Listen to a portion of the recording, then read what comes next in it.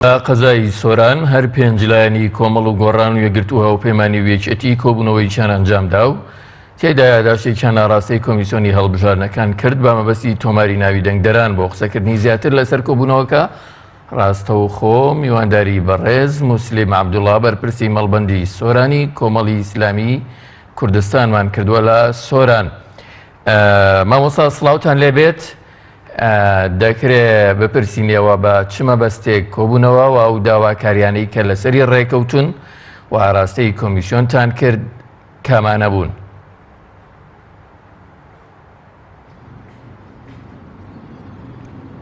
بەڵێ بەناوی خۆی بەخشندەی میهرەبان، سڵاو لە ئێوە و لە بینەرانی پیامیش بێت.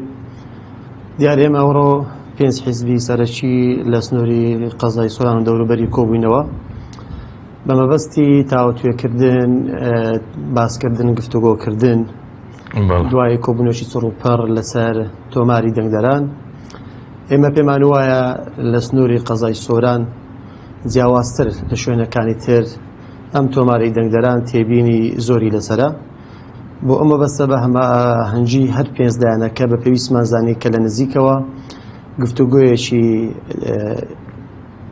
پڕ بکەین یاسایی بیت لە ڕووی تۆماری دەنگدەرانەوە کە پێمان وایە لەم تۆمارەدا نایاسایی زۆری تێدایە. بۆ ئەمە بەستە بە پێویستمان زانێ بەرپرسی هەر پێنج حیزبەکان لەم سنوورە بێکەوە کۆبینەوە بەڵکو بتوانین بە لە ڕێی یاداشنامەیەک بەڵگەکان زۆر باشە. مامۆستا موسلیمەکرێ پێمان بڵێ ئەو نایاساییانە چین کە لە تۆماری دەنگدەراندا هەیە؟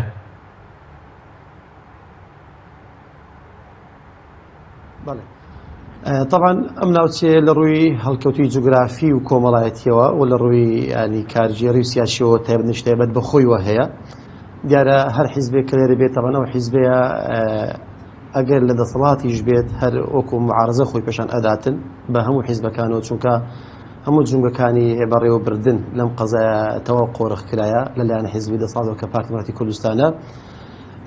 یەکیش لەوانە کە تۆماری دەنگدەرانە ئێمە بەڵگەمان لە بەردەستدایە ئەوە شێوازی تەزویرکردن، شێوازی بەڵگەی نایاسایی چۆن لە تۆماری دەنگدەراندا کرایە. ئێمە هەر کاتێک ئەگەر لایانی پەیوەندیدار پێویستی بە ئێمە بوو کە ئێمە داواشمان کردووە لە یاداشنامەکە بەڕوونی هاتووە، داوا لە کۆمیسیۆنی باڵای سەربەخۆڕانەکان ئەکەین کە بەجددی وەڵامی ئەو یاداشنامەی ئێمە بداتەوە. و هەر کاتیش کە پێویستی بەو بوو کە ئێمە لەگەڵ لێم دابنیشین، ئێمە بەڵگەی یاساییمان لە بەردەستدایە کە ئەو بەڵگانە ئەوە دەسەلمێنن کە ئەم تۆمارە لێرە لەو سنوورەیە و جیاوازترە لە سنوورەکانی تر. لەبەر ئەم زەرورەتە بە باشمان زانێ بۆ ئەوی کە پرۆسەی هەڵبژاردن کە پرۆسەیەشی بڵێن دیموکراسیە وەک خۆی بە پاک و خاوێنی بەڕێوە بچێت، هەرچەندە ئەگەر دەستکاریش بکەن لەوانەیە وەکو پێویست ئێمە ڕامەدە نەبێت کاتێک کە وەڵاممان دەدەنەوە. بەڵام ئێمە بەڵگەمان لە بەردەستدایە لە ئێستادا، چونکە ئێمە بەپێی ئەوەی کە چەندین ساڵێرە ئەژنەگەم حیزبانە مامەڵە ئەکەین کە لە پرۆسەکانی هەڵبژاردن بەشداریمان کردیە لە ئەزمموی ڕابردووی ساڵانی ڕابردوو بۆمان سەلمێنراوە. ئێستاش بە دیکۆمنت لە بەردەستماندایە کە بەڵگە هەیە کە ئەو تۆمارەی سۆران جێگای تێبینیە قسەی زۆر هەڵەگرێت. جا لە ناوی دووبارە ئەڵێ لە کەسانێک کە عێراقینین، خەڵکی ڕۆژهەڵاتن، خەڵکی ڕۆژ ئاوانە، خەڵکی بڵێن کوردستانی تورکیان، ئەمانە لە چەند ساڵی ڕابردوودا پارتی دموکراتی کوردستان بە یاسایی فۆرمی خۆڕاشی پێداون، نفوسی پێداون، کارتی نیشتیمانی پێداون کە ئێمە دەیان ناسین لە نزیکەوە لە کاتی هەڵبژارنەکانە لە چاودێریکردنی پرۆسی هەڵبژاردن.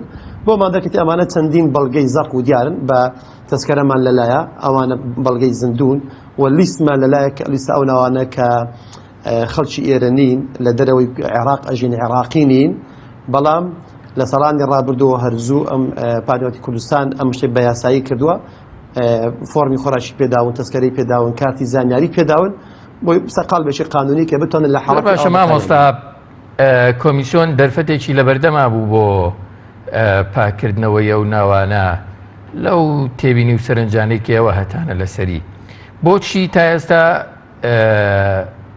نەکراوە، ینی پاک نەکراوەتەوە؟ پێتان وایە کۆمیسیۆن دەتوانێت لەسەر داواکاری ئێوە لە داهاتوویشی نزیکدا ئەو هەنگاوە بنێ؟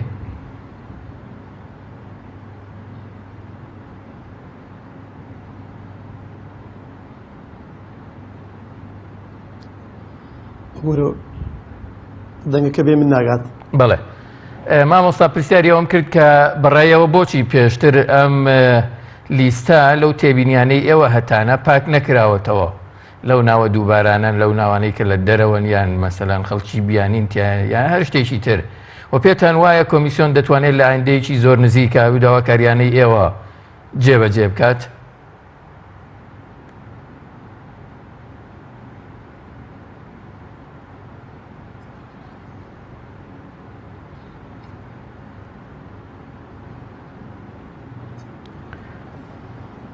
مامۆستا گوێت لە دەنگی ئێمە هەیە ئێستا؟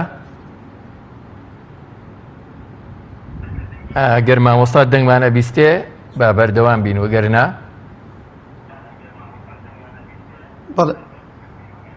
بەڵێ زۆر باشە. مامۆستا پرسیاری ئەوەم کرد پێتەوەنەوەیە کۆمیسیۆن دەتوانێت ئەو داواکاریانەی ئێوە جێبەجێ بکە و بۆچی تا ئێستا نەکراوە یعنی؟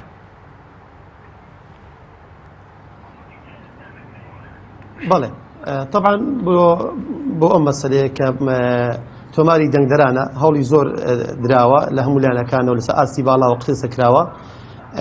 ئێمە بۆ دوا ڕۆژ کاتێکە دەچنێ پرۆسەی هەڵبژاردنەوە ئێمە لە ئێستاوە ئەم مەسئولیەتە ئەخینە سەرشانی کۆمیسیۆنی باڵای سەربەخۆی هەڵبژاردن و ڕاپرسی، چونکە ئێمە لە ڕابردوو ئەزمونمان هەبووە کە لە ڕابردووشدا شتی وا کرایە بۆ پێشوەخت بە پێویستمان زانی کە تۆپەکە بخینەوە ساحی کۆمیسیۆن بۆ ئەوەی ئەو کۆمیسیۆن کە خۆی بەرپرسە و معنی بەو قەزیە ئەبێت ئەو خۆی هەڵبستێت بە پاکردنەوەی تۆماری دەنگدەران. ئێمە وەکو مەسئولێتێکی ئەخلاقی و سیاسی و کۆمەڵایەتی بە پێویستمان زانی کە لە پێشوەختەدا ئەم بەرچاوڕۆنیە بدەینە کۆمیسیۆن بەڵێ لە سنووری قەزای سۆران و دەوروبەری ئەوەی ئەکرێت شتێکی زۆر ترسناکە زۆر مەترسیدارە. بۆیە داواتان لەکەین ئەوانش بە ڕێکاری یاسایی خۆیان بە پێی مەسئولێتی خۆیان و بەرنامەی خۆیان بەم ئەرکە هەڵبستن ئەگەرنا پرۆسەی هەڵبژاردن بە شێوەیەشی گشتی لە سۆران دەکەوێتە ژێر پرسیارەوە کە عیبەی زۆر گەورەی دێتە سەر کە ئەمەش دەبێتە عیبەیەک بەڕاستی بۆ کۆمیسیۆن ئەگەر بێت و وەڵامی یەداشتەکەی ئێمە نەداتەوە. بۆیە ئێمە لێرەوە داوایان لێ دەکەین هیوادارین کە کۆمیسیۆن بە ئەرشی سەرشانی هەڵبستێت و یاداشتەکەی ئێمەش وەڵام داتەوە و داواشان لێکەین ئەگەر دەرفەتێکمان پێدەن ئەمانەت لە نزیکەوە لەگەڵ لەندا بنیشین بەڵگەکانمان بخەینە ڕوو کە ئەم جۆرە نایاساییانە لە تۆماری دەنگدەران لە سنووری سۆران و دەوروبەریا هەن.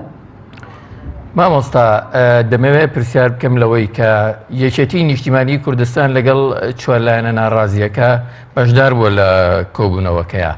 ئایا یەکێتیش هەمان تێبینی و سەرنجی ئێوەی هەیە؟ ئەمە یەک. دووهەم بۆچی پارتی بەشداری کۆبوونەوەکەی ئێوەی نەکرد؟